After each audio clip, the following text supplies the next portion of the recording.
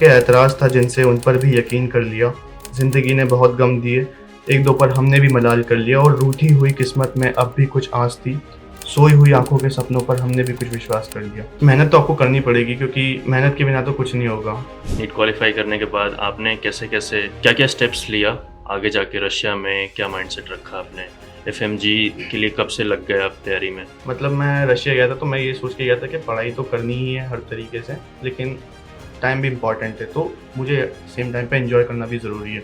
अभी तो उस यूनिवर्सिटी में रूस एजुकेशन ने फुल इंग्लिश कोर्स करवा दिया है, लेकिन मेरे टाइम पे फर्स्ट 3 इयर्स इंग्लिश में थे और 4th to 6th years Russian में थे, तो हमने एग्ज़ाम्स रशियन लैंग्वेज में दिया है। आप कुछ एडवाइस करें अपने फेलो मेडिकल एस्पिरेंट्स को जो आपकी तरह इस लाइन में आना चाहते हैं, इस फील्ड में आना चाहते हैं और किसी रीज़न से स्टक हैं और डिसाइड नहीं कर पा रहे? अगर आप लोगों ने नीट क्वालिफाई कर लिया है और आपको भी कहीं ना कहीं लगता है कि यार मैं कर सकता हूँ या नहीं कर सकता हूँ, थोड़ा बहुत भी डाउट आता है, तो मेरे हिसाब से आपको एक बार ट्राई देके फॉरेन जाना चाहिए। एक्सपोजर करिए अपना खुद का कि हाँ मैं कर सकता हूँ।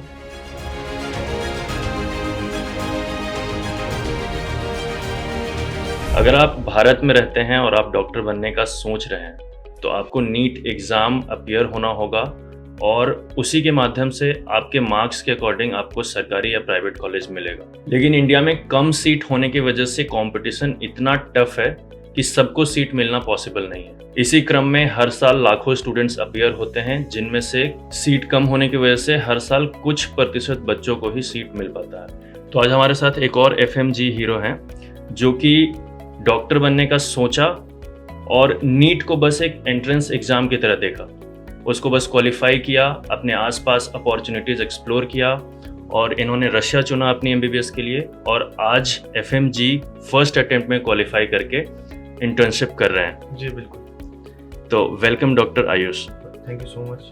हमें ब्रीफली बताइए अपने 6 साल का सफ़र जो रशिया में आपने बिताया दिव्य स्टेट मेडिकल यूनिवर्सिटी। मैंने अपना एमबीबीएस जर्नी स्टार्ट किया 2017 से।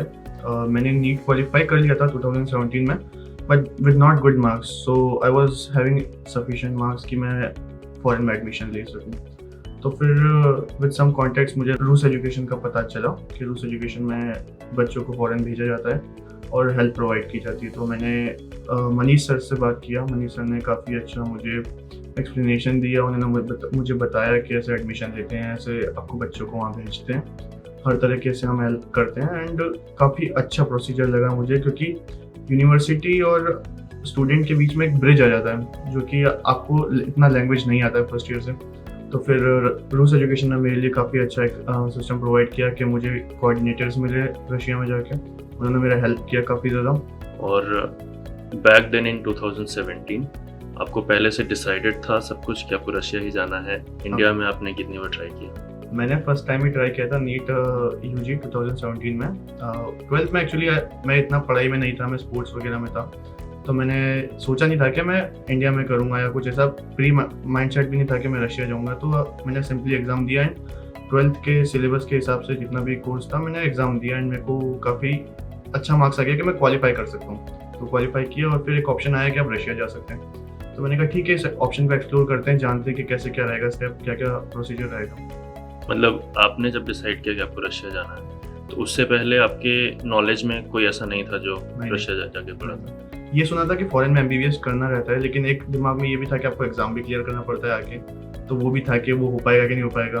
तो आपने last year FMG first attempt में क्वालिफाई किया? जी बिल्कुल। तो एफएमजी का कैसा आपका जर्नी था वो बताइए। एफएमजी के लिए मैं 6th ईयर में थोड़ा मैंने अपना प्रिपरेशन स्टार्ट किया। ऑल्दो मैं अपने हर कोर्स में एग्ज़ाम्स के लिए काफ़ी अच्छा प्रिपेयर करता था, लेकिन मुझे ऐसा था माइंड में कि मुझे फर्स्ट अटेम्प्ट में एफएमजी निकालना है, मुझे लोगों को प्रूव करना है कि मैं क्या चीज़ हूँ। तो फिर इसीलिए मैं आया और मैं एग्ज़ाम के लिए पूरी तरीके से जुट गया। मतलब जून में आया मैं और जून से लेकर मेरा दिसंबर 2023 का एग्ज़ाम था। तो फिर उसके लिए मैंने पढ़ा और ऑलमोस्ट 13 से 14 घंटे का पढ़ाई लगता था, किया काफ़ी मेहनत।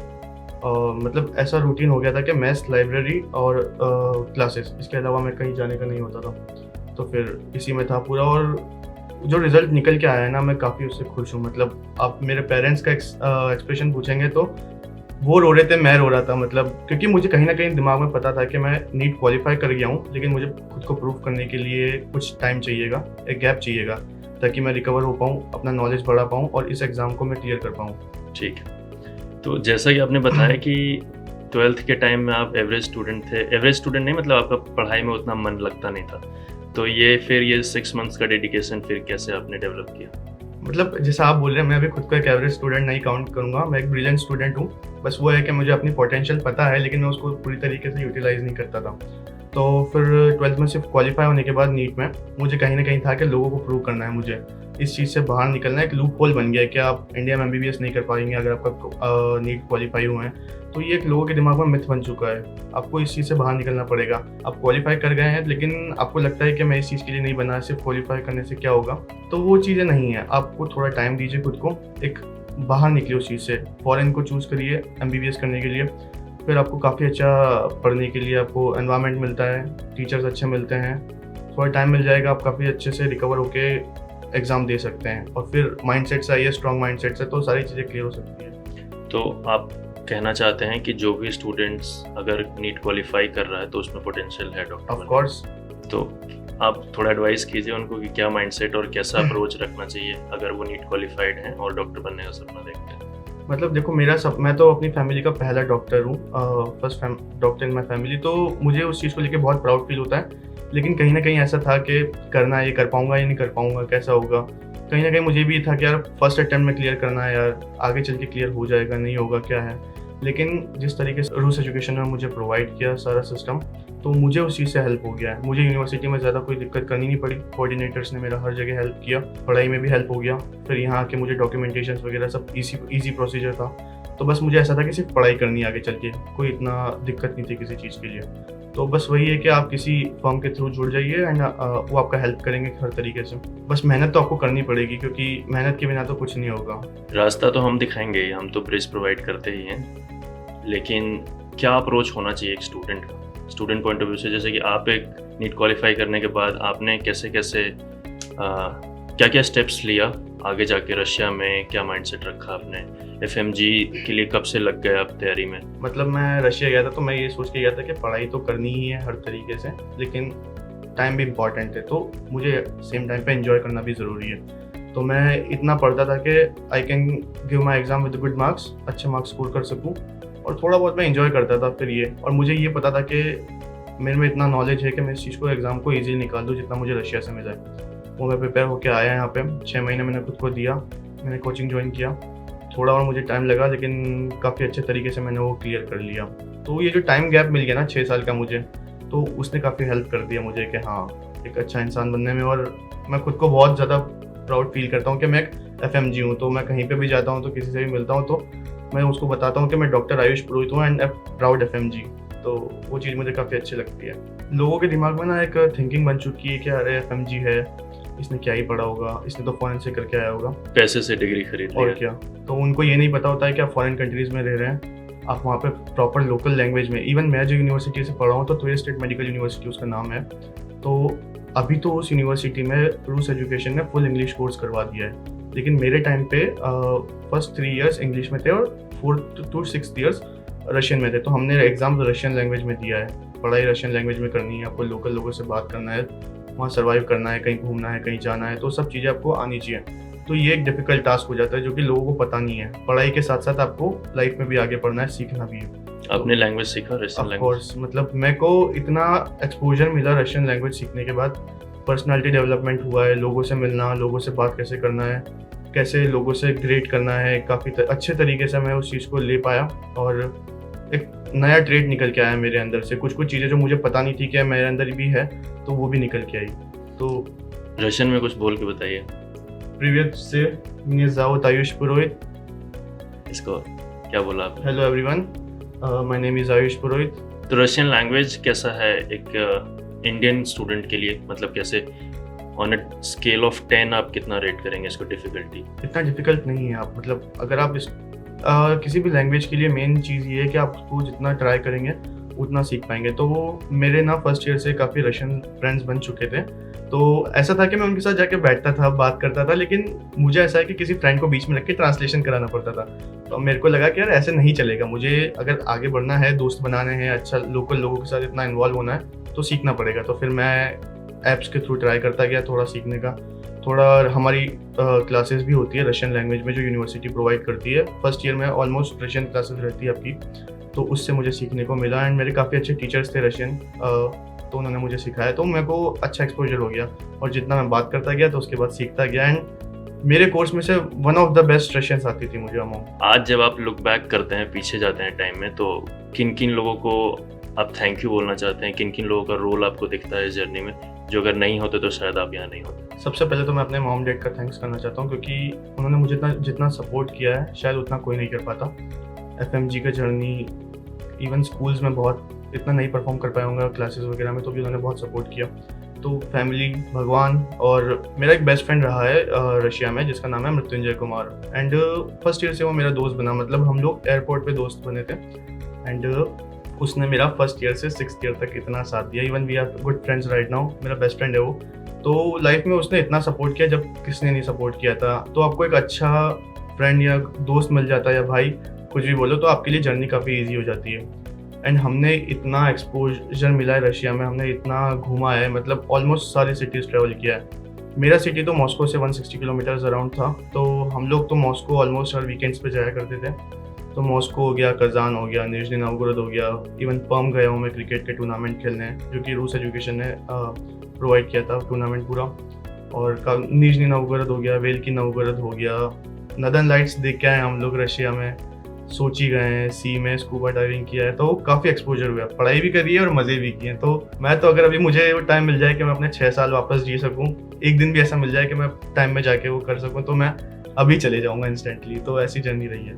तो क्या मंत्रा है ये दोनों का बैलेंस बना के चलने का, घूमने फिरने का भी और पढ़ाई का भी? मतलब आपको ये होना चाहिए कि मेरे एग्ज़ाम्स है तो मुझे एग्ज़ाम्स की तरफ पूरा फोकस करना है। उस टाइम पे कुछ भी आपको डिस्ट्रैक्शंस नहीं चाहिए। एग्ज़ाम्स हैं मेरे अगर 1 महीने बाद, तो मुझे सिर्फ एग्ज़ाम पढ़ना है।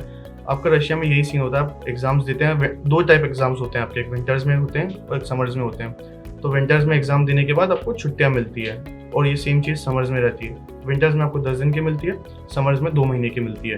तो आप एग्ज़ाम्स पे फोकस करिए जब एग्ज़ाम्स हैं, और जैसी छुट्टियाँ मिले तो इन्जॉय करिए, आप डिज़र्व करते हैं वो चीज़ें। तो छुट्टियों में आप हमेशा रशिया में ही घूमे या फिर वापस इंडिया भी आते? नहीं, मैं हर साल घर आया हूँ, लेकिन वहाँ पे घूमता था, 10-15 दिन एक्स्ट्रा घूमता था, फिर घर आता था। तो पेरेंट्स से मिलना भी ज़रूरी था। आपको कभी होम सिकनेस या फिर ऐसे इंडिया की याद आती थी वहाँ? ऑफ कोर्स आती थी। मेरा पहला साल पूरा ऐसा सैड सा ही गया है, मतलब रोता रहता था मैं, क्योंकि मैं घर से कभी दूर गया नहीं था। और मुझे ऐसा लगता था कि मेरे को घर भेज दो। फर्स्ट ईयर में पूरा मतलब रोता रहता था फ्रेंड्स वगैरह के सामने। लेकिन फिर मेरे बहुत सारे लोकल फ्रेंड्स बने, मेरा बेस्ट फ्रेंड मृत्युंजय, सब चीज़ें सपोर्ट किया उन लोगों ने। और इतने अच्छे सीनियर्स मिले हैं मुझे रशिया में कि मैं आपको बता नहीं सकता। जूनियर्स भी मुझे बहुत अच्छे मिले। तो ना कहीं हर जगह उन्होंने मुझे गाइड किया है थ्रू आउट कि ठीक है, होता है, होम सिक फील करते हैं, लेकिन एक हमारा गोल है आगे, तो हमको उसको पाना है, तो थोड़ा बहुत सेक्रीफाइसेस तो करने पड़ते हैं। तो अगर आप सेक्रीफाइसेस करेंगे तो फिर भगवान आपको उस चीज़ का रिजल्ट भी देंगे। ठीक है। इवन मेरा अभी जो FMG का जर्नी था पूरा प्रिपरेशन में, तो मुझे एक टीचर मिले थे, राजीव सर। तो उन्होंने बहुत अच्छी बात बोली, मतलब कि सेल्फ डाउट आते थे कि यार एग्ज़ाम निकाल पाऊंगा कि नहीं निकाल पाऊंगा, क्या होगा। मेरे को ऐसा था कि यार फर्स्ट अटेम्प्ट में निकालना है, क्योंकि आगे पीछे निकल जाएगा एग्ज़ाम, लेकिन फर्स्ट अटेम्प्ट का ना एक अलग ही रहता है आपका इंप्रेशन कि यार फर्स्ट अटेम्प्ट में FMG निकाल दिया, इससे बेटर क्या ही हो सकता है। तो उन्होंने बोला था कि यार देखो, तुम इतना एग्ज़ाम का टेंशन मत लो कि रिजल्ट पे फ़र्क पड़े। तुमको इतना होना चाहिए कि तुम एग्ज़ाम के दिन जब देने जाओ ना, तो तुम्हारे अंदर से खुद से निकले कि मैंने इतनी मेहनत करी, अब रिजल्ट जो भी आएगा वो देखा जाएगा। तो वो चीज़ मैं लेके चलता था कि हर दिन उतनी ही मेहनत करनी है कि मैं खुद को बोल सकूँ कि यार आज मैंने अपना बेस्ट दिया है। तो रिजल्ट की चिंता नहीं करते? Of course. आयुष को पोइट्री लिखने का भी शौक है, तो हमें कुछ सुनाएं अपने। जी बिल्कुल। मतलब ये जैसे हर बच्चा कुछ ना कुछ ऐसा सपना देखता है कि जैसा मैंने देखा था, मैं FMG एग्ज़ाम क्लियर कर लूँगा और डॉक्टर बन जाऊँगा। इवन दो मेरे को ऐसा था कि होगा कि नहीं होगा, तो हम सब कुछ ना कुछ ऐसे सपने लेके चलते हैं। तो मैं सब अपने थॉट्स को पोएम में डाल देता हूँ। तो उसी के लिए लिखा था कि ऐतराज़ था जिनसे उन पर भी यकीन कर लिया, ज़िंदगी ने बहुत गम दिए, एक दो पर हमने भी मलाल कर लिया, और रूठी हुई किस्मत में अब भी कुछ आस थी, सोई हुई आंखों के सपनों पर हमने भी कुछ विश्वास कर लिया। तो वही है कि हमने सपने देखे थे एक डॉक्टर बनने के, वो सब चीज़ें, तो फिर वही है कि प्रूव भी हो गया वो। तो अपनी जर्नी पे ही लिख दिया कभी? बिल्कुल। रूस एजुकेशन का क्या रोल था आपकी जर्नी में? रूस एजुकेशन हम लोगों के लिए एक ब्रिज की तरह था। हमको कुछ प्रॉब्लम आती थी यूनिवर्सिटी में किसी चीज़ के भी रिलेटेड, तो हम यहाँ पे मनीष सर या वहाँ पे इनके जो कोऑर्डिनेटर्स हैं उनसे बात करते थे, एंड वो हमारा प्रॉब्लम सॉल्व कर देते। फीस के रिलेटेड जो भी प्रॉब्लम है, कॉलेज के जो भी मैटर्स हैं, वो सब हम लोगों के लिए वो सॉल्व करते थे, आते थे, हेल्प करते थे, और काफ़ी अच्छे तरीके से उन चीज़ों को उन्होंने हमारे लिए सपोर्ट प्रोवाइड करा है। एंड हम लोग जब भी रशिया गए थे फर्स्ट ईयर में, तब से रूस एजुकेशन वहाँ पे काफ़ी ज़्यादा कल्चरल फेस्टिवल्स करा रही थी। नवरात्रि देख लीजिए, गुरु पर्व हो गया, दिवाली का फेस्टिवल मनाते थे, तो ऐसे हर फेस्टिवल मनाते थे। तो हमको ये लगता था कि यार हम अपना इंडियन कल्चर भी वहाँ जाके एंजॉय कर रहे हैं, तो इतना हम लोगों को मज़ा आता था फिर ये देख के कि चलो हाँ दूर है लेकिन अपने फेस्टिवल्स तो मिस नहीं हो रहे। वहाँ का यूनिवर्सिटी लाइफ कैसा है, हॉस्टल लाइफ कैसा है, और आप थ्रू आउट हॉस्टल में थे या फिर बाहर आप फ्लैट्स वगैरह में भी रहे? नहीं, मैं पूरी अपने यूनिवर्सिटी की जर्नी में हॉस्टल में रहा हूँ, क्योंकि एक्चुअली मुझे ना लोगों के साथ घुल मिल के रहने का बहुत मन करता है। तो मैं हॉस्टल में क्या रहता है, आप किसी के रूम में भी चले गए, बात कर लिया, साथ बैठ के दोस्त खाना खा रहे हैं। और मेरा ऐसा ही था शुरुआत से कि हम दोस्त साथ मिल के खाना बनाते थे। मेरे सीनियर्स थे, उनके साथ मिल के खाना बनाया, उन्होंने बहुत चीज़ें सिखाई, मेरे को काफ़ी ज़्यादा गाइड कर दिया उन्होंने उस टाइम पे। तो वही चीज़ें थी कि हाँ, हॉस्टल का अपना ही एक मज़ा है, और जो चीज़ें ना हॉस्टल में रह के आप सीखते हैं ना, वो फ्लैट पे नहीं सीख पाते हैं। ओके। और आपने इंटरनेशनल फ्रेंड्स बनाए वहाँ पे, और कैसा है वहाँ का इंटरनेशनल कम्युनिटी? मतलब वहाँ के लोकल जो लोग हैं वो काफ़ी ज़्यादा ही मतलब आपके साथ रिस्पेक्ट से बात करते हैं, प्यार देते हैं। मेरे बहुत सारे दोस्त बने, काफ़ी अच्छे रिलेशन से, मतलब मेरे रशिया के जो भी फ्रेंड्स वगैरह हैं। इवन मतलब अभी मैंने अपनी भांजी का एडमिशन करवाया है पर्म स्टेट मेडिकल यूनिवर्सिटी में, क्योंकि मुझे मनीष सर के ऊपर भरोसा था कि हाँ अगर मैं इनके थ्रू करवाता हूँ तो एक अच्छा सपोर्ट प्रोवाइड होगा। तो अभी मैं उनके साथ छोड़ने भी जा रहा हूँ मेरी भांजी को, तो फिर वही है कि रशिया तक जा रहे हैं छोड़ने? जी बिल्कुल, क्योंकि वो थोड़ा लोकल लैंग्वेज का और सारा चीज़ें का पता है, तो मैं उसको थोड़ा हेल्प कर पाऊंगा।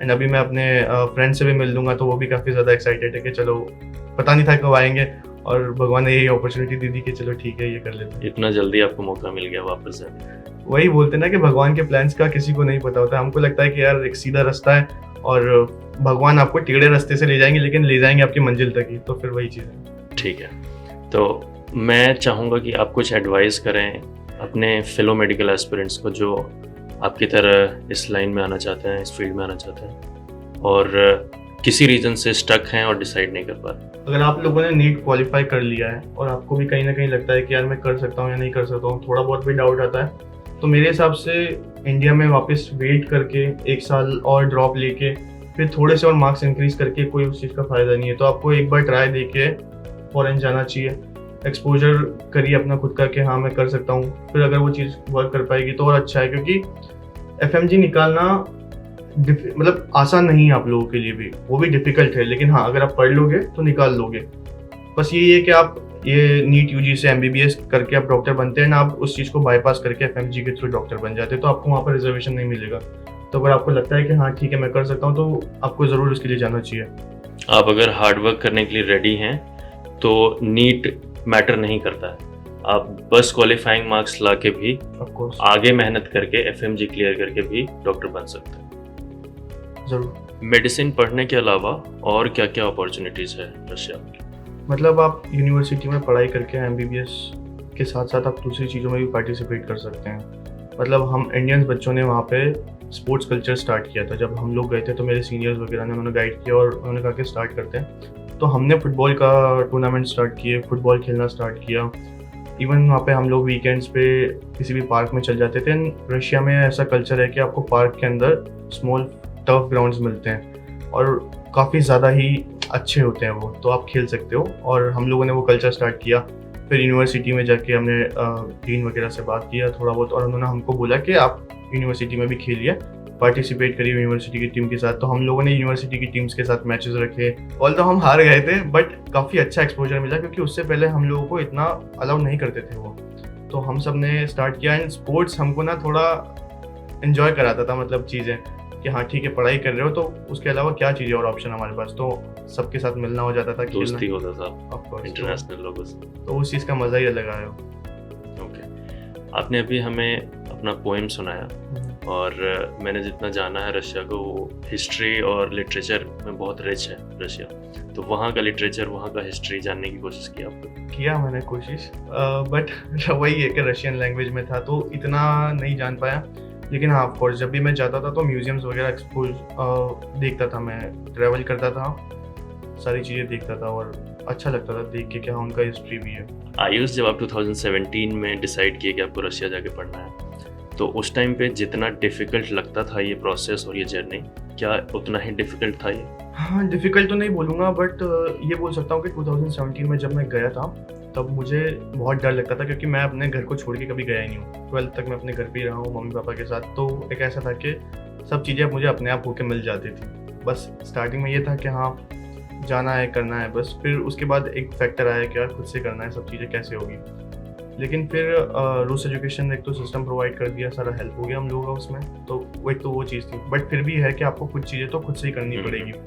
तो वो चीज़ें आती थी फर्स्ट ईयर में, लेकिन उसके लिए डर भी लगता था, रोना भी आता था। रास्ता हम दिखाएंगे, चलना तो खुद ही है आपको। ऑफ कोर्स, तो रोना भी आता था, सब चीज़ें करी। बट मैं बोलूँगा कि आप घर बैठे-बैठे या इंडिया में बैठे-बैठे सोचो कि मैं नीट क्वालिफाई कर और अच्छे मार्क्स स्कोर करूँ और फिर आगे बढ़ूँ, तो आप उसमें अपना टाइम वेस्ट कर रहे हैं। अपने आप को थोड़ा बैक कीजिए, बाहर जाइए, थोड़ा बहुत चीज़ें सीखेंगे, मुश्किल आएगी ऑफ कोर्स, लेकिन अब जब तक आप मुश्किल चीज़ों से नहीं गुजरेंगे तब तक आपको पता कैसे चलेगा कि आप किस चीज़ के लिए बने हैं। मेरे को खुद को ऐसा ही होता था कि मैं मुश्किल लगता था, बहुत ज़्यादा टाइम डिफ़िकल्ट लगता था।